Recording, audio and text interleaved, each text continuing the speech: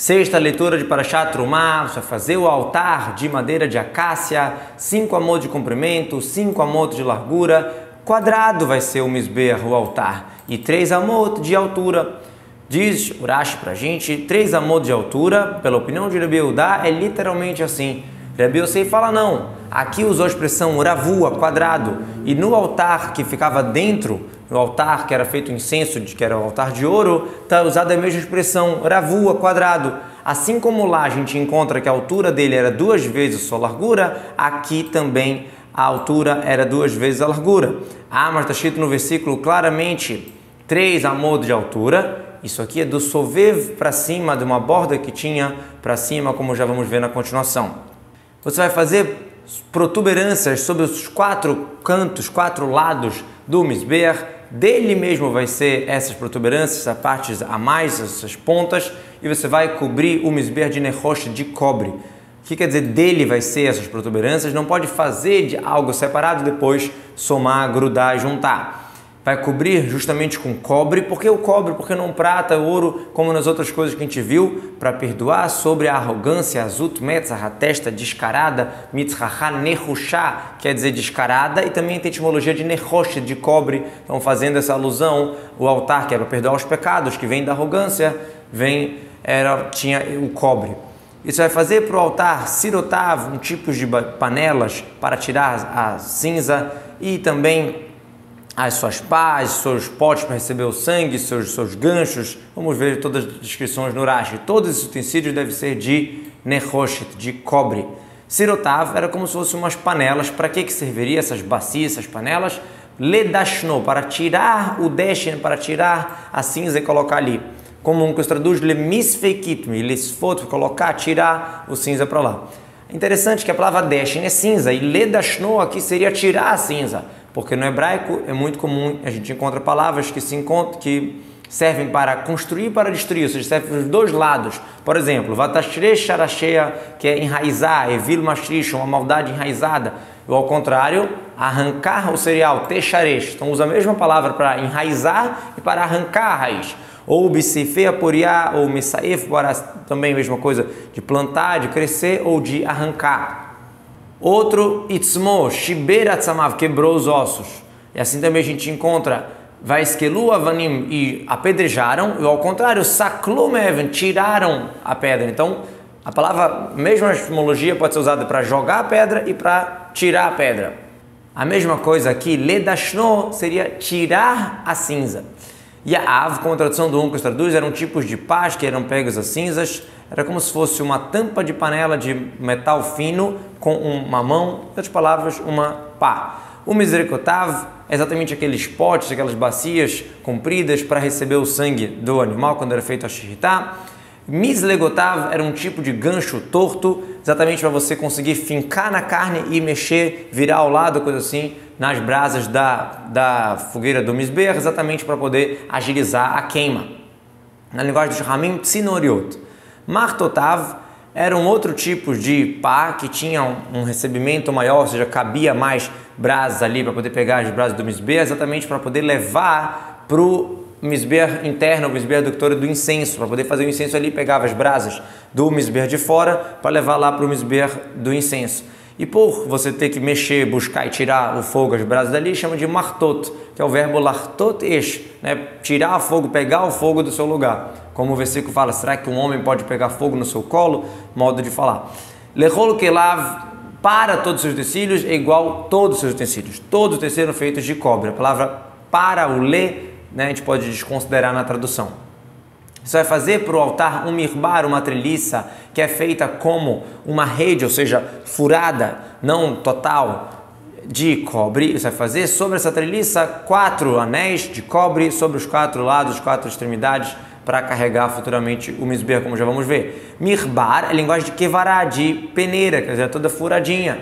Exatamente, que era uma roupa para o misber com vários furos, ou seja, como uma rede, e não uma chapa de cobre. E esse passuco, na verdade, a ordem está ao contrário. A gente vai explicar da maneira, tem que organizar a ordem. Ve'asita lo mirbar nechoshet maseresh. Você vai fazer uma treliça de cobre. E como vai ser esse tipo de treliça? Tipo de rede. Muito comum também a Torá escrever, às vezes, numa ordem diferente e claro que tudo tem o seu motivo. Você vai colocar essa treliça embaixo do Karkov HaMizbeach, da parte em volta do Mizbeach do Sovev, que já vamos explicar, embaixo dela, e essa treliça ela vai marcar até metade do Mizbeach. O que é o Karkov HaMizbeach? É o Sovev. A parte em volta, um adorno que tem uma partezinha no altar. Tudo que é em volta, redonda, é chamado de Karkov. Como a gente vê na Gemara que fala sobre pedaços de madeira, que é futuros alashufu lecharkev, que a pessoa ainda vai alisar, como é muito comum as pessoas fazer em bancos, etc. A mesma coisa no Mizbeach, tinha essa fenda em volta, essa parte lascada em volta, e tinha a largura de um amá de enfeite.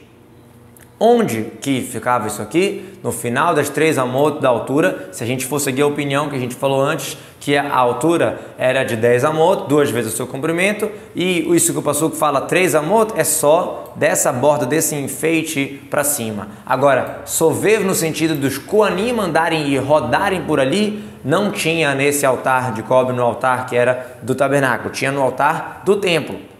E sim, onde que eles andavam? Ali dentro, para dentro daquelas protuberâncias, tinha uma partezinha mais baixa, vamos chamar assim, que é onde eles andavam, e dentro no centro tinha as fogueiras. Assim a gente vê na Gemara de Zvachim. O que é o Karkov? Entre um keren e outro, entre uma protuberância e outra. E era largo um amá. Então, para dentro, você tinha mais uma amá, mais uma largura de 1 cúbito, onde os kohanim podiam andar. Então, esses dois a gente chama de Karkov. Então, peraí, tem a parte em volta que fica lá na 3 amot embaixo, e tem essa parte onde os kohanim andam. Então lá tem essa pergunta. Aqui fala embaixo do Karkov, embaixo, ou seja, o Karkov fica na parede como uma roupa ali da treliça. E aqui a gente fala que o Karkov é onde os kohanim andam, como é que bate? Então a resposta é que são 2 tipos.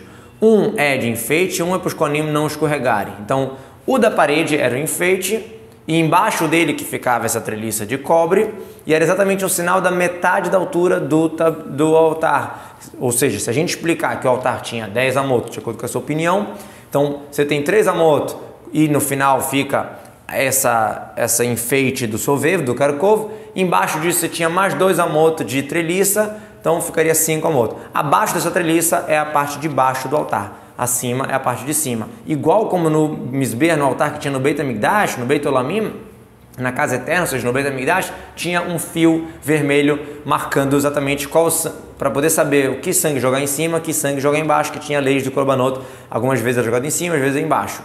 E além disso, tinha também uma rampa para subir, por mais que aqui não está falando nada sobre a rampa, a gente já viu isso em Parashat Mishpatim, que fala Mizbach Adamat Aseli, você vai fazer um altar de terra, ou seja, um altar fixo, e você não vai subir com degraus, ou seja, vai subir com uma rampa lisa. Então aqui a gente vê que tem rampa, assim a gente estudou na Braita. O que quer dizer Mizbach Adamá? É o mesmo Mizbeach de cobre, mas por que chama de Adamá de terra? Porque preenchiam a sua parte oca com terra quando chegavam no lugar e estacionavam. E essa rampa ficava no sul do Mizbeach, separado do Mizbeach um pouquinho, um fio de cabelo.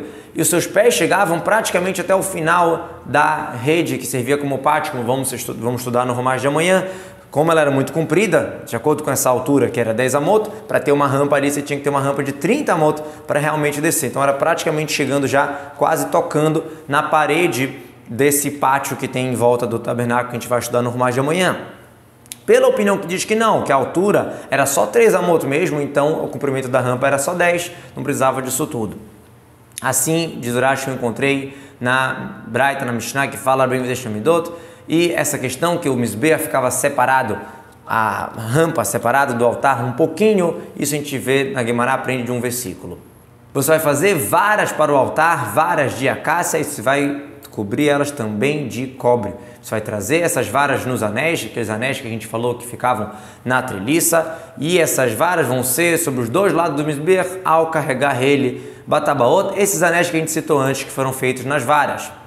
Nevuv Luchot Aseoto, o altar deve ser construído de uma maneira que ele fique oco através de tábuas, como mostrou para você, como Hashem mostrou para Moshe na montanha, assim os profissionais devem fazer. Nevuv Luchot, como a tradução do Uncus, Halil, oco através de tábuas, ou seja, as tábuas de madeira de cada lado e oco no meio. A gente falou antes que era preenchido com terra quando acampava, mas não pode ser feito de uma madeira, de um bloco só grosso de 5 amot por 5 amot, e sim tábuas com espaço oco no meio que era preenchido com terra.